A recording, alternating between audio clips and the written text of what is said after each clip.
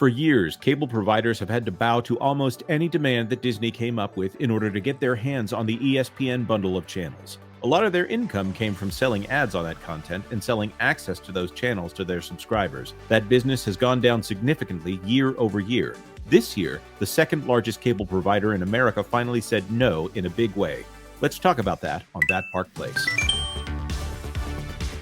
This is Jonas J. Campbell from That Park Place, where we cover entertainment, streaming, theme parks, and video games twice a day. Maybe hit the like button or subscribe if you're interested. We recorded this particular conversation before the Walt Disney Company earnings call, but thankfully they announced almost nothing of consequence during the call, so everything we said is still 100% up to date. Well, let's get into it. The Disney Spectrum deal that went so south for Disney met all of our objectives, says Spectrum, basically. The CEO of Charter said they got everything they wanted out of Disney after they locked them out for 10 days. Much less than we anticipated, it looks like, too. Yep. So basically... Which, by the way, shows that before they ever took the step, they had already calculated those losses in. And everybody's saying, oh, they're going to get wiped out by people getting mad and walk away. They already knew how many they would have in a worst case scenario, and it didn't get that bad. Right. So just to translate this for anyone who is unfamiliar with what happened here, some people are like, well, my channels went dark because Disney's greedy, right? Or because Spectrum's greedy or whatever. We have a situation where every time one of these cable providers puts a channel on, there's a carriage contract negotiation between the provider of that cable channel and the ISP, your cable provider, or whatever.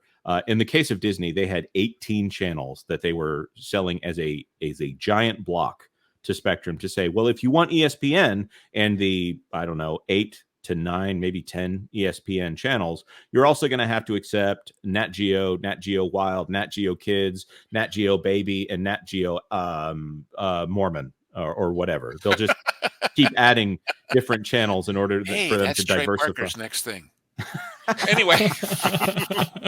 So Spectrum at the time basically warned their shareholders. They said, look, we're not making that much money. They're an internet service provider as well as a video provider. They say our video segment is not that profitable and it is not the future of the company. So here comes Disney asking for more money for ESPN, and Spectrum says, no, here's what we're going to do. So they demand Disney Plus. They demand, I think they also demanded ESPN Plus and also a crack at, and we'll talk about this more in just a moment, the additional ESPN streaming service that is coming down the way that is going to be like $35 a month. Yes, everyone get ready for $35 a month streaming services, not just ESPN. Whew. So Spectrum basically says we're not going to do it, and Disney tries to say that Spectrum is being greedy and all of your customers, you're hurting your customers because you won't pay us all this money. And they got local politicians to take their side by giving them a little vigorish, to say, oh, look at this evil company. And in the end, let's write that.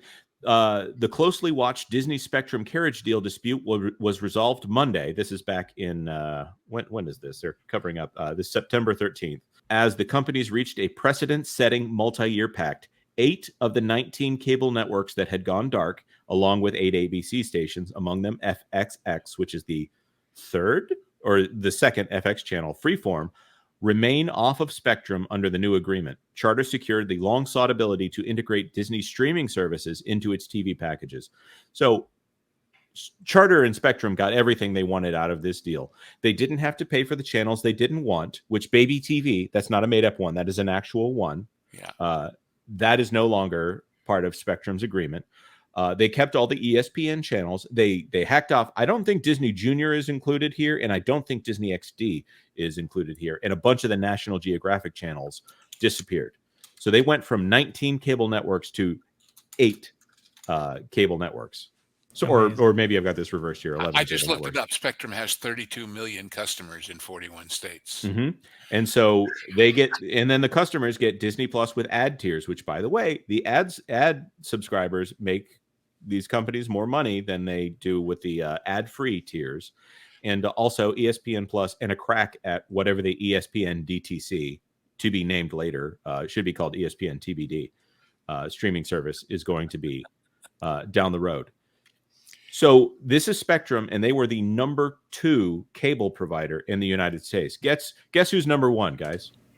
That would be some Ooh, outfit that had King Kong as a oh wait, ride. wait, Comcast. Yeah. So Comcast is in constant adversarial negotiations with the Disney company. There's no Oh, way yes. that they don't come and say, well, give us the same thing and maybe make it even a little bit sweeter. Have to. Have Yeah.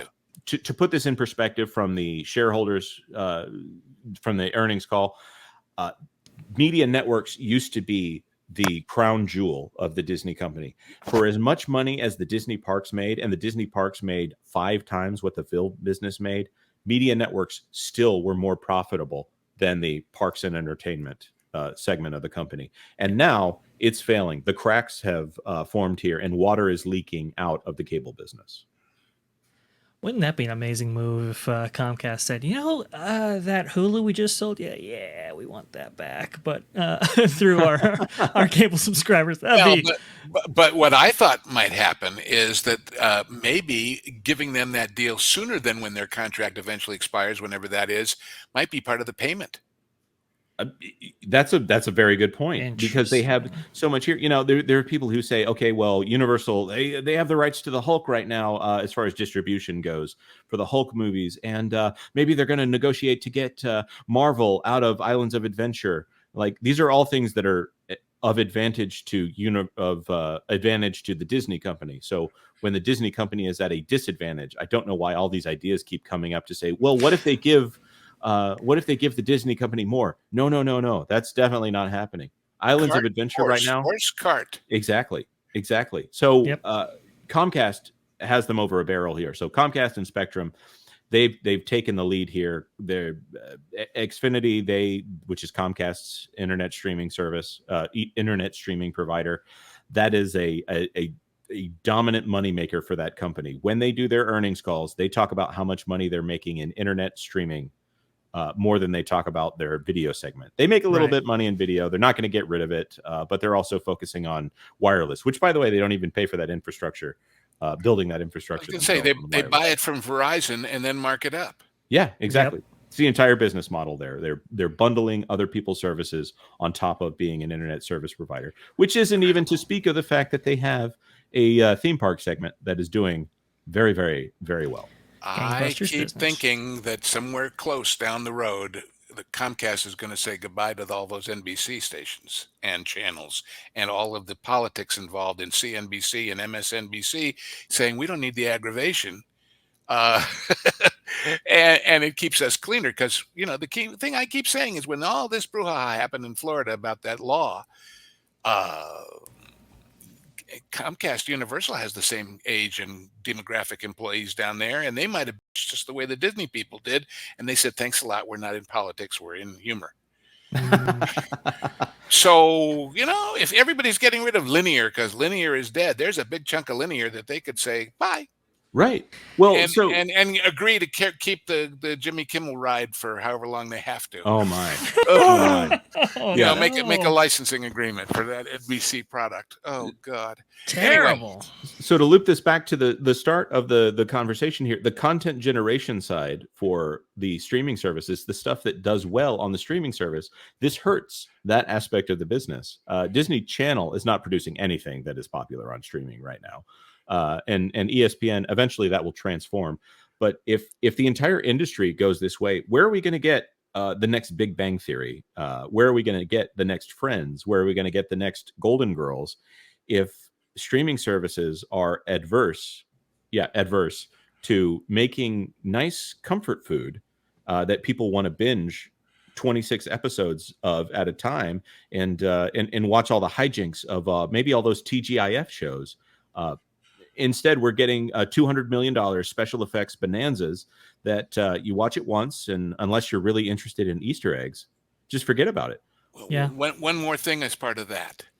What percentage of those people watching all those great old shows on Netflix right now were never even alive when they originally aired, or certainly weren't the audience they were intended to, but their parents and their grandparents say, I remember that show, it's really good, you ought to try it. So it's reaching an audience it never would have reached. Yeah, Gen Z there's a huge The Office fan base in Gen Z that was completely created by Netflix. There. And I don't think that those people are necessarily going over to Peacock. So there's a pretty good case to be made that maybe Peacock needs to sell The Office, or get paid to put The Office back on Netflix. Because if merchandising is anything, I don't think they're going to buy physical media. I don't know what the merchandising deal is on The Office. But if you want to build a fan base, it seems like the thing to do is to put it on Netflix. Right. Because you have, 250 million subscribers or something like that And by compared the to way, like 26? I have absolutely no idea the answer to this, but you talked about getting on the front page. Do they pay for that? Netflix If I was doesn't. Netflix, I'd be selling it. I'll tell you that. Yeah.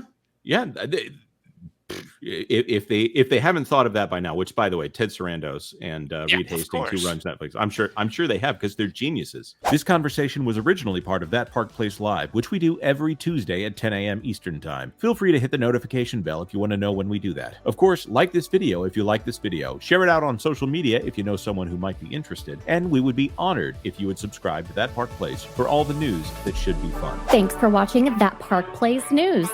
For more information, consider checking out www.thatparkplace.com.